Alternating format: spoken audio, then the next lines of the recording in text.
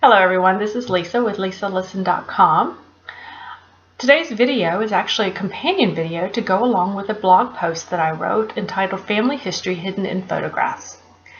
You can find that blog post actually on my website, LisaListen.com, and it's dated April 17th, 2014. Now, I'm very fortunate. I have many photographs of my ancestors, and many of them were actually taken in the early 1900s. And like many of you, probably when you get that photograph of an ancestor, you're going to actually look at it. You want to look at the facial features particularly. You're looking to see, do you see family features that have run through your family line? Do you look like any of the people in the photograph? And you're looking to identify the people in the photograph. But a lot of times I think that's where we stop. And I think we sell ourselves short as far as what we can gain on genealogical information and family history information from these photographs. So I'm going to challenge you to actually look at the details in that photograph. Look at the person closely. What are they doing in the photograph? Can you learn something from them? Can you learn something about their occupation?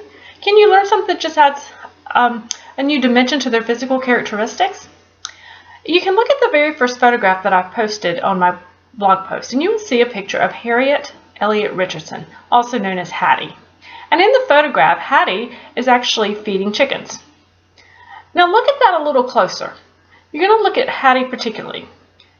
She is holding the pan with the chicken feed in her right hand, and she's actually feeding the chickens with her left hand. Interesting. Most people, if you're going to feed a chicken or throw seed out to animals, are going to use your dominant hand. So she's actually feeding them with her left hand, indicating to me that Hattie was actually left-handed, or what we like to call as a Southpaw. So I thought that was interesting, but was she really a left-handed?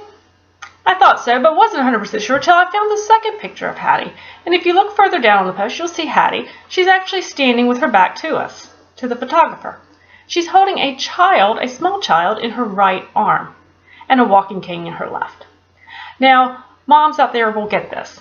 When you carry a young child or a baby, you're typically going to carry it in your non-dominant hand or arm. For instance, you're going to carry that toddler that wants to be held a lot on your left hip, supported by your left arm, if you are right-handed. That leaves that right hand, or what we call your dominant hand, free to do things such as fix that child a snack, answer a telephone, write something on the grocery list. So it leaves your right hand, your dominant hand, free to do the activities you need to do. I think moms the world over know how to multitask quite well this way. So in this picture, we're looking at Hattie holding a child in her right arms, and then she's using her left hand to use the walking stick to walk over that rocky terrain. Again, this actually confirms to me that Hattie was a left-handed person. Now the interesting thing is I have many samples of Hattie's handwriting. I also have many samples of her daughter Esther's handwriting. Both of these women were left-handed, and yet their handwriting does not really bear that out when we read it. Many left-handers tend to slant their letters the opposite direction of right-hand people, and these two women actually did not. So it was really nice to have this photograph of Hattie so that I actually learned that she is a left-handed person. Now, does that actually advance my genealogical research? No, not really. It doesn't add anything to my genealogy tree, per se. But what it does is it adds a dimension to Hattie herself. It gives a little color to her. It kind of fills in her life.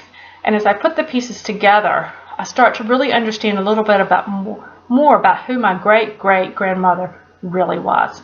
So I'm going to challenge you as genealogists, you as family historians, to pull those photographs out.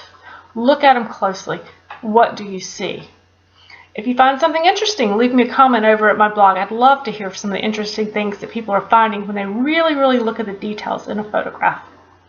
Thanks everyone for listening. Bye.